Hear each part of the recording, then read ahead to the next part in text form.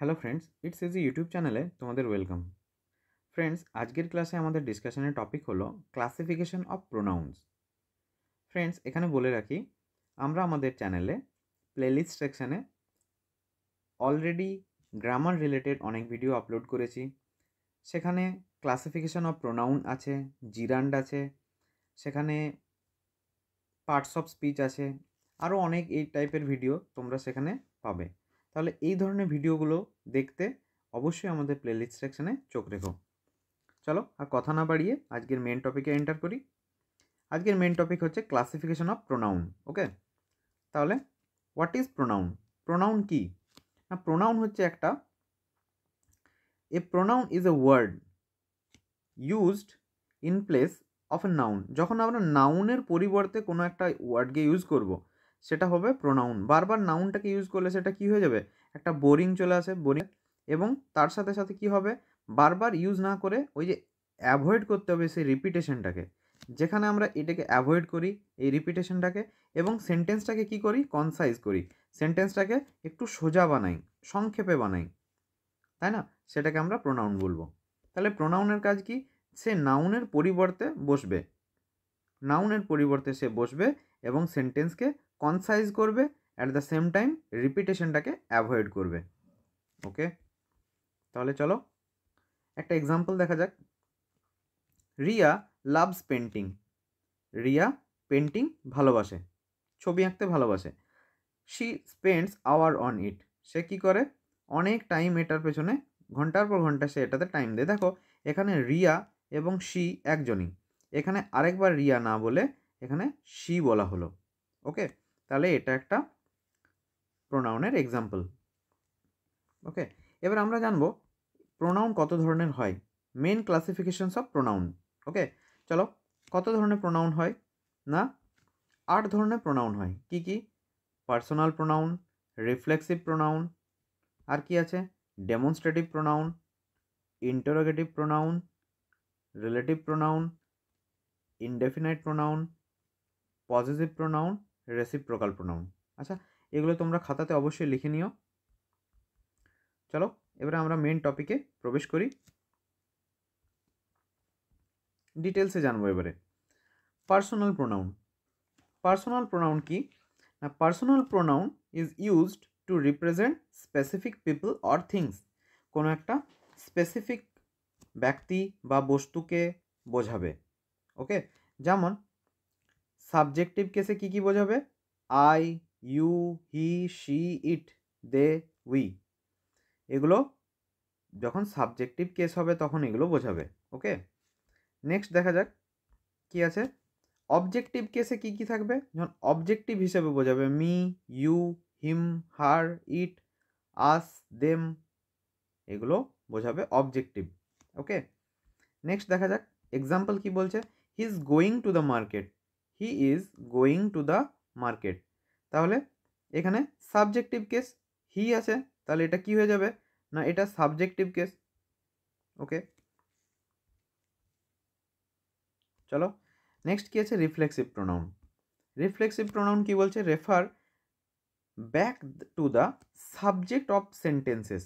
এটা কি করবে? রেফার ব্যাক করবে, যেটা সাবজেক্ট আছে তাকেই রেফার করবে, আবার ঘুরিয়ে ওকেই রেফার করবে। যেমন এক্সাম্পল দেখলে বুঝতে পারবে। She taught herself to play the guitar. এখানে কি কি আছে দেখো, myself, yourself, himself, herself, itself, ourself, yourself, themself. মানে এটা কি বোঝাবে? সে নিজে নিজেই করেছে। যেমন she taught herself to play the guitar.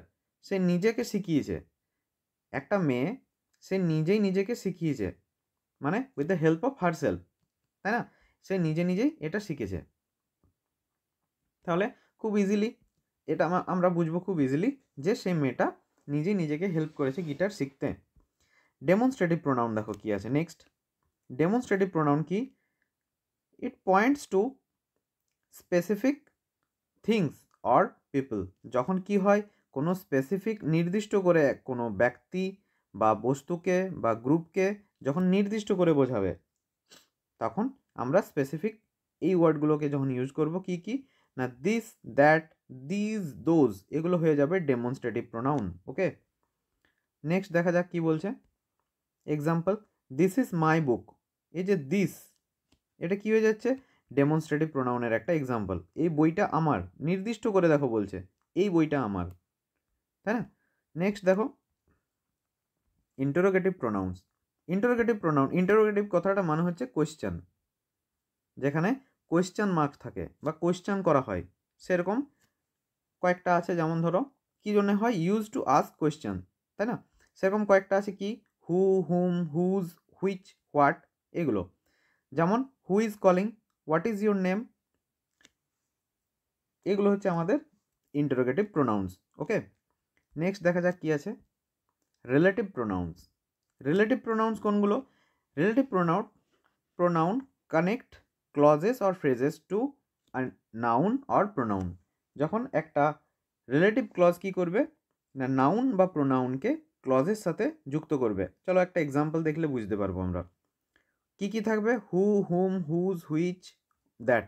ওকে, এগুলো আমরা মনে রাখবে, এগুলো আমরা রিলেটিভ প্রোনাউনে আমরা ইউজ করি, ঠিক আছে? যখন জয়নিং করি আমরা ইংলিশ গ্রামারে, তখন এগুলোকে আমাদের দরকার পড়ে।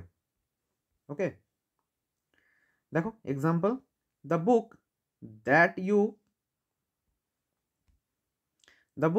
That you gave me is interesting. এই যে দ্যাট, বইটা কাকে ডিনোট করছে? দ্যাট ওয়ার্ডটা কি ইউজ করছে? দ্য বুককে ডিনোট করছে। ওকে, তাহলে এটা একটা রিলেটিভ প্রোনাউনের একটা এক্সাম্পল। তুমি যে বইটা আমাকে দিয়েছো সেটা দিয়েছিলে সেটা খুব ইন্টারেস্টিং।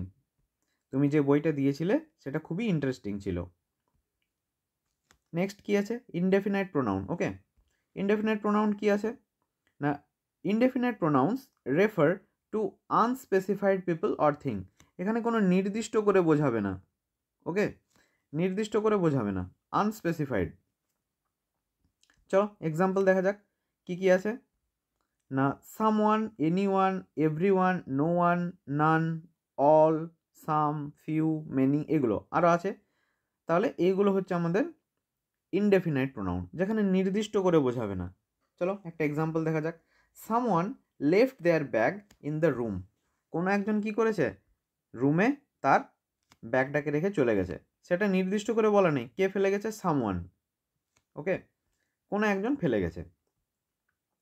নাম্বার 7 দেখো কি বলছে, পজেসিভ প্রোনাউন। পজেসিভ প্রোনাউন্স কি বলছে, ইন্ডিকেট পজেশনস। কি ইন্ডিকেট করে, পজেশনস অর ওনারশিপ, মানে কোনো একটা জিনিস কার দখলে আছে বা তার মালিককে, এই দুটো বোঝাবে। ঠিক আছে, চলো কি কি আছে বোঝা যাক। এক্সাম্পল কি কি আছে, mine, yours, hers, its, ours, theirs. একটা এক্সাম্পল দেখা যাক, দিস বুক ইজ মাইন। এই যে মাইন ওয়ার্ডটা ইউজ হয়েছে, এটা হচ্ছে প্রোনাউন। কিসে মানে এটা কাকে সাজেস্ট করছে, এটা বলছে কার দখলে আছে। মাইন মানে হচ্ছে আমার, মাইন মানে হচ্ছে আমার। তাহলে এটা কাকে সাজেস্ট করছে না, মাইন ওয়ার্ডটা ইউজ করছে আমাদের পজেসিভ প্রোনাউন হিসাবে এখানে ইউজ হয়েছে। ওকে, নেক্সট দেখো কি আছে, রেসিপ্রোকাল প্রোনাউন্স। রেসিপ্রোকাল প্রোনাউন্স কি কি আছে না, এটা মানে কি, এটা মানে হচ্ছে show mutual actions. Reciprocal pronounce show mutual actions or relationships. Okay, example দেখা যাক, মিউচুয়াল অ্যাকশন বোঝাবে মানে দুজনেরই মিউচুয়াল বোঝাবে। ওকে, কোনো একটা অ্যাকশন হবে সেটা মিউচুয়াল বোঝাবে, এবং কি হবে সেখানে কি হবে না, মিউচুয়াল রিলেশনশিপ বা অ্যাকশন বোঝাবে, দুজনের সম্পর্ক বা একটা মিউচুয়াল অ্যাকশন হয়েছে, কাজ হয়েছে, সেটা বোঝাবে। চলো একটা এক্সাম্পল দেখলে বুঝতে পারবো আমরা কি আছে। এক্সাম্পল না, the two friends helped each other. দুটো বন্ধু ছিল, দুটো বন্ধু একে অপরকে হেল্প করেছে। তাহলে এই যে ইচ আদার ওয়ার্ডটা ইউজ হয়েছে, এটা কি বোঝাচ্ছে যে দুটো বন্ধুই এ একে হেল্প করেছে আর এ একে হেল্প করেছে। ওকে, এরা দুজনই দুজনকে হেল্প করেছে, এরকম বোঝাবে। ঠিক আছে, আশা করি বুঝতে পেরেছো। খুব সুন্দর করে খুব ইজিলি বোঝানো চেষ্টা করলাম। আশা করছি বুঝতে পেরেছো টপিকটা। চ্যানেলে এই ধরনের ভিডিও পেতে চ্যানেলটিকে লাইক এবং সাবস্ক্রাইব করো। এই ধরনের ভিডিও আমরা চ্যানেলে আপলোড করে থাকি। আর কী ধরনের ভিডিও পেতে চাও সেটা অবশ্যই কমেন্ট সেকশানে জানিও। আজকের ভিডিওতে এটুকুই, দেখা হচ্ছে পরের ভিডিওতে। রাধে রাধে।